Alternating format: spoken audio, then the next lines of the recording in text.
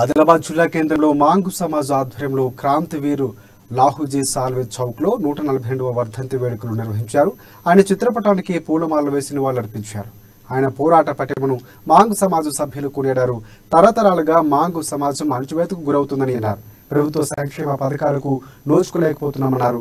ప్రభుత్వాలు మాంగు సమాజాన్ని గుర్తించి సంక్షేమానికి కృషి చేయాలని కోరారు. లేని పక్షంలో భవిష్యత్తులో ఆందోళనలు చేపడతామని హెచ్చరించారు.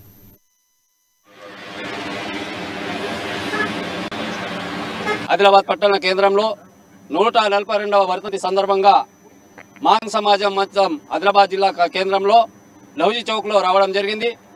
ఏదైతే తరతరాల నుంచి అణచివేత గురైన ఈ మాంగ్ సమాజం ఏదైతే తెలంగాణ రాష్ట్రంలో నివసిస్తున్న మేము ఉమ్మడి ఆదిలాబాద్ జిల్లాతో పాటు రాష్ట్ర వ్యాప్తంగా వర్ధంతిలు జయంతి ఉత్సవాలు అనేక రకంగా జరుగుతున్నాయి.